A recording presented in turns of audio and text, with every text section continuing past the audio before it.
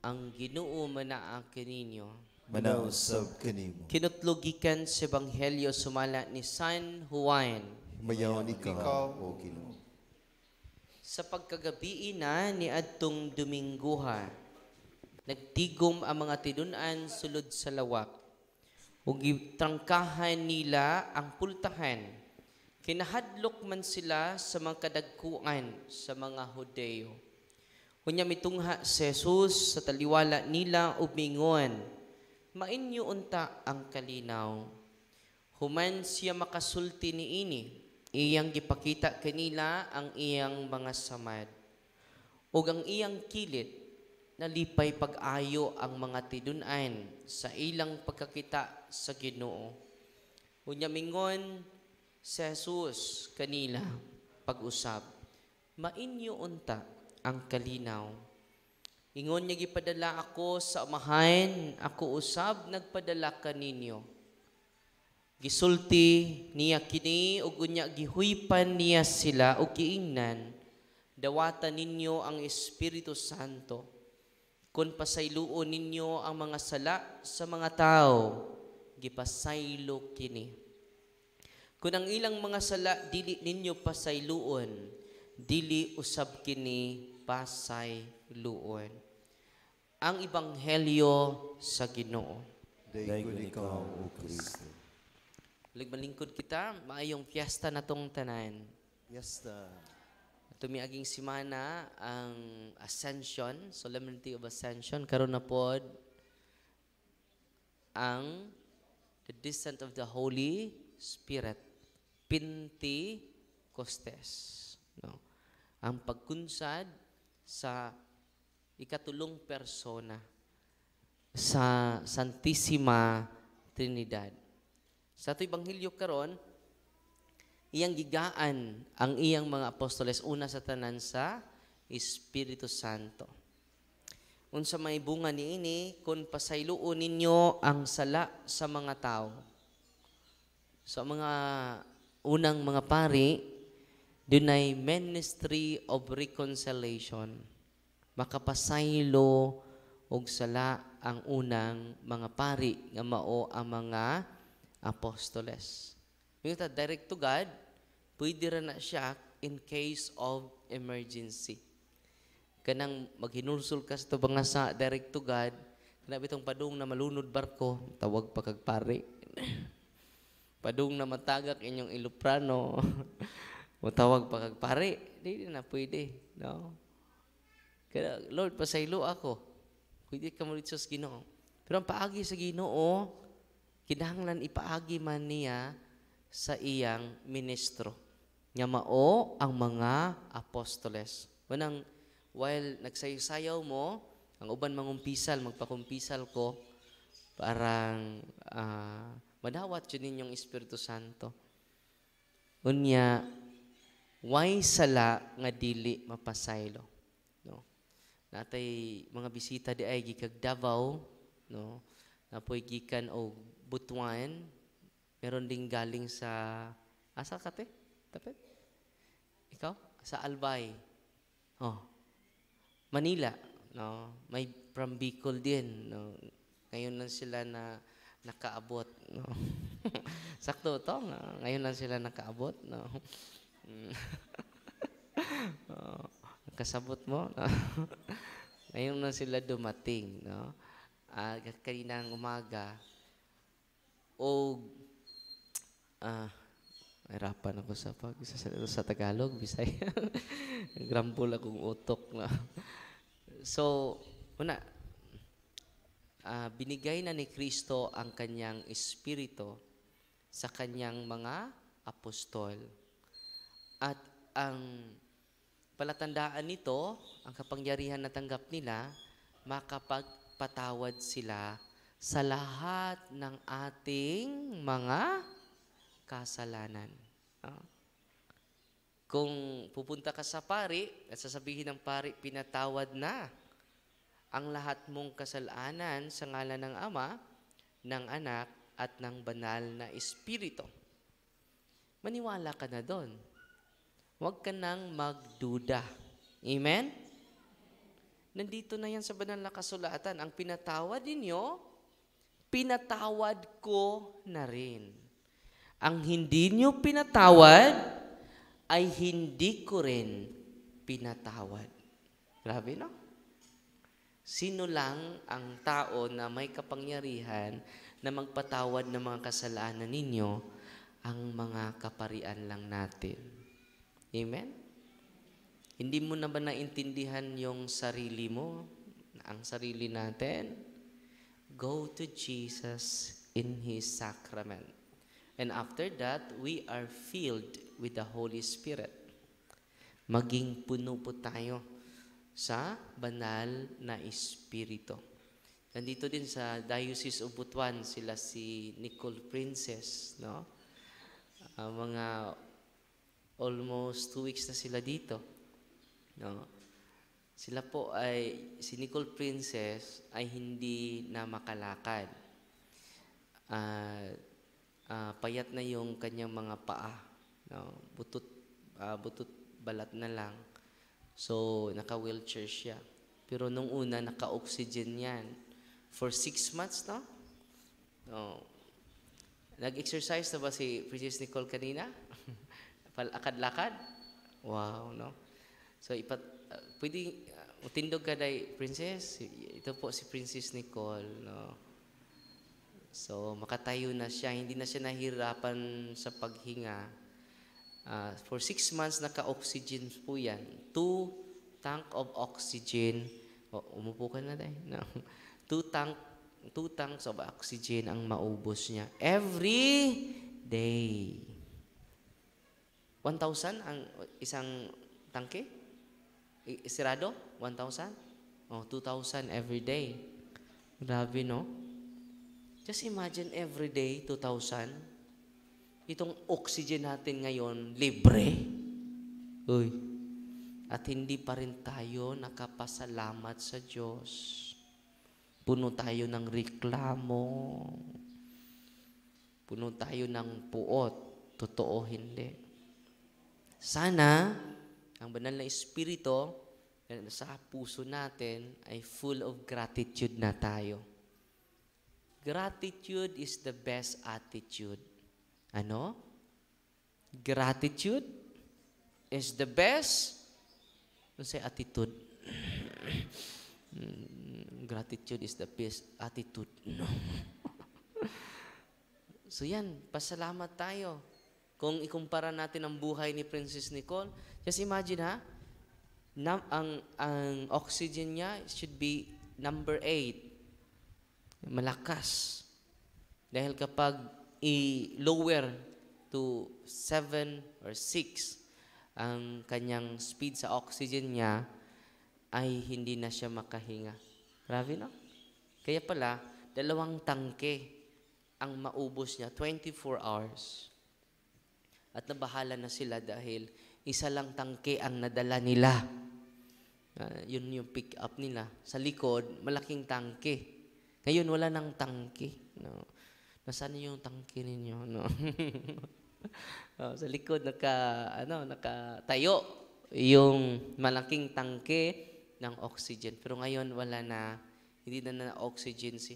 Just imagine ha, ang dami ng hospital na nilapitan nila. Buong private hospital sa province of Butuan, nilapitan na nila. Cagayan, nakapunta na sila sa Cagayan de Oro, sa mga private hospital doon. Nakapunta na din sila sa Davao. Tama ba ako, te? No. Nakarating pa sila sa Manila. So, milyon-milyon na po yung gastos nila. Pero ilang araw na, mga almost 2 weeks na, wala ng oxygen. Natural oxygen na. No? At yan po ang gawa ng banal na Espiritu. Lumapit sila sa mga albularyo eh. Ilang albularyo, te? Higit sa 10, no? Tama ba ako? Higit sa 10. So, dumami na yung nakarga ng mga masamang espiritu. Every time lalapit kayo sa albularyo, merong isang masamang espiritu, depende sa albularyo. Kung marami yung mga minion sa albularyo, doon din karami ang sasapi sa'yo. Naintindihan niyo? Father, galing Rabami sa albularyo, Father. Kahapon pumunta ako sa Kalapi. Pagpunta ko doon, sabi ng bata na babae, alam mo, Father, malapit na gagaling yung buwinggit ko, Father. Bakit? Pinatutuan ko, Father. 2 years old. Father, malapit na ito gagaling, no? Dahil punta tayo sa albularyo, di ba? 3 araw, wag kang maligo. Kasali pa yung hukaw, no? Paano to? Hindi ako maliligo, may hukaw, no? So yan, ang daming nilapitan nila, bumigat yung kanyang katawan. Pero ngayon, kung i-interview nyo yan, si Princess Nicole, hindi na mabigat yung katawan niya. Nag-exercise na siya palakad-lakad. Pero hindi pa niya kaya na maglakad ng matagal dahil kailangan na ma-recover yung kanyang mga butot balat na yung kanyang paa. 42 kilos na lang. From 78 ba yun? No? 78 kilos. Ngayon, 43 kilos na siya. Pero sa awa ng Diyos, hindi na mabigat yung katawan niya. Ang pain reliever niya ay morphine po. Morphine is the highest dosage of pain reliever. Pero sabi niya, hindi pa rin nawala yung sakit ng kanyang katawan. Kahit nag-pain reliever na siya. Hindi pa rin, dinagdagan pa yung dosage ng pain reliever. Fentanyl, tama ba ako? Fentanyl, mas malakas pa yan sa morphine. Pero hindi pa rin nawala yung sakit. Pero ngayon mga kapatid, malaki yung improvement kahit wala na siyang pain reliever. Amen? Bakit po? Lumapit siya sa sacrament of confession. At sinabi niya lahat ng mga kasalanan niya. At dahil doon, gumaan ang kanyang pakiramdam. At muling nabuhayan ang buong pamilya. Buong pamilya niya, nandito yung tatay niya, nandito yung nanay niya, kapatid niya. 2 lang sila magkapatid, no? From the Diocese of Butuan, no? Yun po ay hindi natin yan gawain eh. Yan po ay gawa ng Diyos. Yan po ay gawa ng banal na Espiritu. At kung mawalan tayo ng pag-asa, let us sing, Come Holy Spirit. Yan ang inaawit natin, di ba? Kanina. Come, Holy Spirit, I need you. Come, Holy Spirit, I pray. Ano sunod? Come with your strength and your power. Touch. Come and make me whole. No. Kaya naman na broken man ta. Only the Holy Spirit can make us whole. And after that, we become holy person. Ano? Only the Holy Spirit can make us whole. That's the reason why yung mga banal na tao, tinatawag nating whole. Holy. Amen? Hindi part lang. Whole talaga. Buong buo. Nawalan tayo ng pag-asa, nawalan tayo ng pananampalataya, nawalan tayo ng pag-ibig. Come, Holy Spirit. Kun sa Espiritu Santo, kun sa nag-ampo kami, kun sa langit nung kalayo, inita kining dughan ko. Una, kalayo sa gugma. kalayo sa pagtuo, kalayo sa paglaom. So, ang iyang symbol is fire. Bantay mo katong pagpakita ni Moses, the burning bush. Nakainom daw mo ito? The burning bush. Nagdilaab niya kalayo. May symbolic representation sa Diyos. Pagkunsad po niya si Espiritu Santo, naidila sa kalayo sa mga apostoles. Pagkunsad sa Espiritu Santo, ang ilang katalawan nahimo silang ligon. Ang ilang kahadlok napulihan og pagtuo. Ang ilang mga kayubos napulihan og pagpaubos. Ang ilang pagdumot napulihan og pagsabot. Mao na ang bunga sa Espiritu Santo. Muna nga mahubsan na ganita sa gugma, come, Holy Spirit. Mahubsan na ta sa pagsalig, come, Holy Spirit. Mahubsan na ta sa paglaom, wala na tayo ng pag-asa, come, Holy Spirit. Siya lang ang makapagbago sa atin. Wala nang iba. Kailan ba tayo mababago? Kailan? Araw-araw. Binabago niya ako araw-araw. Hindi sinasabi ng mga charismatic na binabago niya ako weekly. Binabago niya ako monthly. Binabago niya ako yearly. Binabago niya ako araw-araw. So makita mo yung asawa mo na araw-araw na lasing, kantahan mo. Binabago mo siya araw-araw, no? Dahil isang container na balina ang maubos niya every week. Ngayon, 1/4 na. Nakuna na ng 1/4. Anong awitin natin? Salamat, Lord. Na binabago niya pati ako araw-araw. No? Huwag kang magmadali sa ating pagbabago. Amen? Huwag tayong magmadali. Yung pagbabago natin ay araw-araw. So, ang ating hiling sa banal na Espiritu Santo ngayon, Lord, make me the best person today. No? Ang ganda, no? Lord, gawin mo po ako na tunay na tao. Uy. Anong hingi natin sa Panginoon? Maging tunay tayo na tao. Kapag magagalit tayo, anong sabihin mo sa anak mo? Hayop! Totoo, hindi. Animal ka! Mga silingan ni mga Marites, animal! Ganon di man kayo mo, tao ka! Sana maging totoong tao tayo.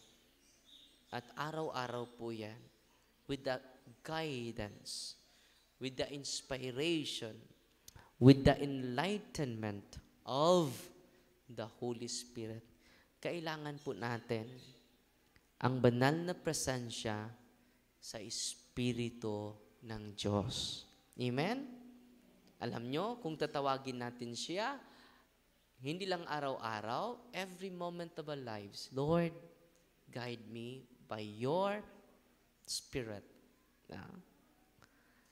Babaguhin tayo lahat. Hindi lang araw-araw, kundi lahat ng minuto, lahat ng segundo, kaya niyang baguhin ang ating buhay. Amen? So ngayon, solemnity, para bukas, anticipated mass po itong misa natin. Pwede na kayong hindi magsimba bukas. Anticipated mass na po ito. No? So, let us ask the loving presence of God, the unending graces that the Holy Spirit will be given to us when we ask Him. Just ask Him. Libre lang po ang presensya ng banal na Espiritu. Isa din sa mga palatandaan na ang banal na Espiritu ay naghahari sa atin, tayo po ay humble. No? Magpakumpisal po ako mamaya. No? Well, nag-aawit tayo dito, nag-praising tayo sa Panginoon, and then may solemn din na mga awitin para sa banal na Espiritu. Magbibigay din ako ng sacrament of confession. After that, evangelization. After evangelization, kainan na tayo. No? Para lalakas yung ating katawan sa paglalaro.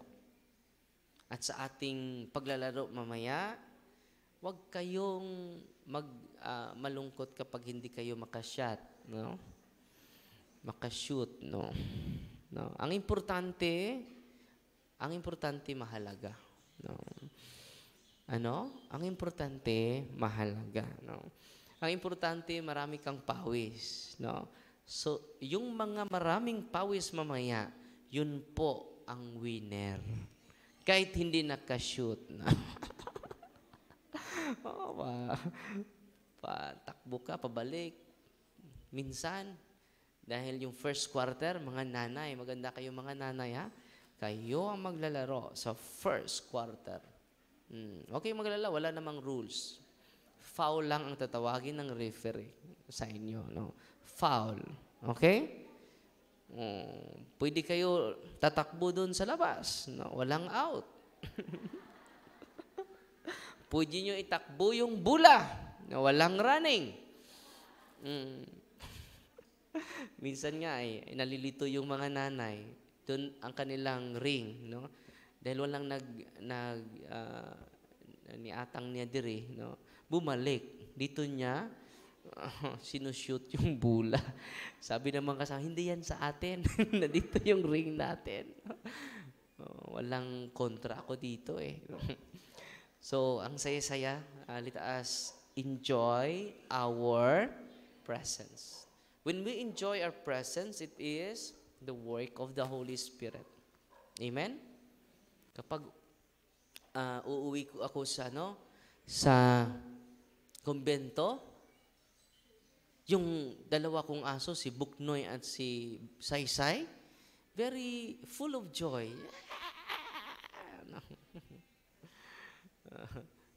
I hope when we see each other, we are full of joy. Amen? Ngayon, I hope excited tayo sa presensya ng bawat isa natin ngayon. Because presence is more than importance to who we are. Amen? So, let us enjoy kahit may nagkaaway tayo sa politika nung una, no? Ipagsangtabi muna natin yan, no? Amen? Huwag kayong uuwi agad, no? Let us enjoy our presence. Katulad ng mga aso, no? Kapag uuwi tayo sa bahay natin, ang mga aso natin ay excited sa'yo. Amen? Sana maging model natin ang mga aso. Excited din tayo sa bawat isa, no? Mga aso, excited na ba kayo, no? So, yung magandang karakter ng mga aso, sana ay matularan natin. We are excited to see each other. Amen? Natutuwa ba kayo ngayon? Bigyan natin ng papuri ang banal na Espiritu ng Diyos sa kanyang kapistahan ngayon. Bukas is the birthday of the church. Birthday po natin, bukas. Pang ilan na, Brad Kaloy? 1,900, almost 2,000 years old na ta. Brad Kaloy, nakita mo? No? 33 minus 2,000. Pila naman na? Sino yung mga bright sa mathematics dito? No? 1,967.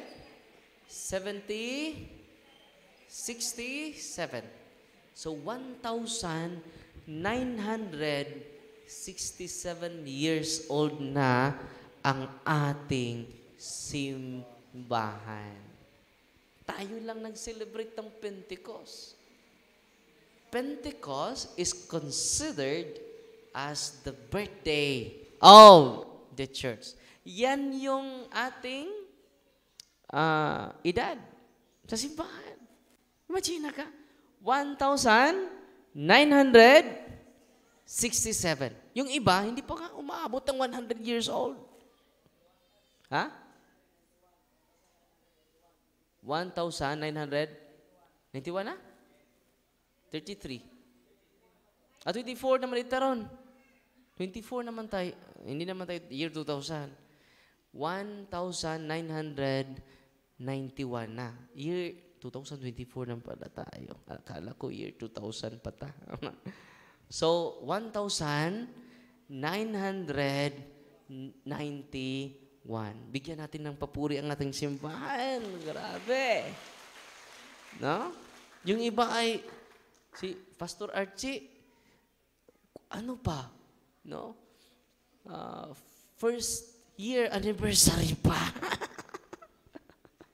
Nakita ko yun eh. No?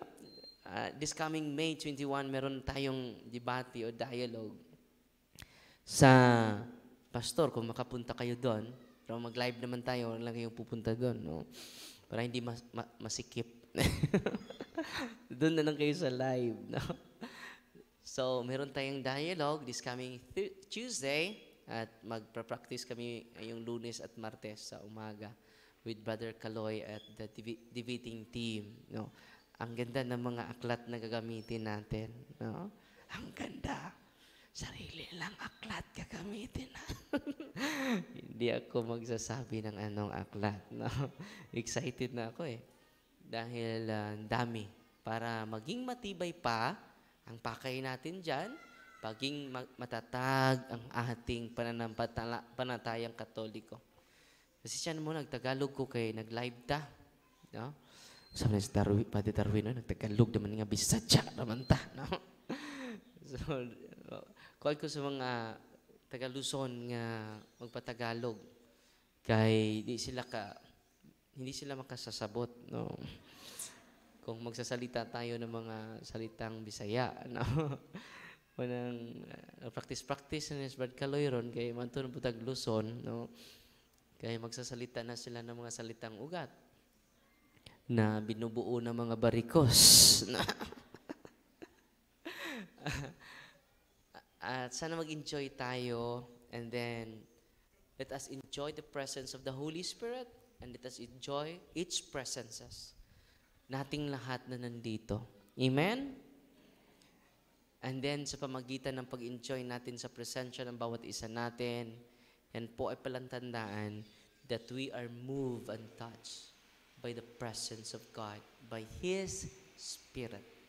Amen? Amen. So, please, tatayo tayo. Let us profess our faith together. Nagatuo kami sa usa ka Dios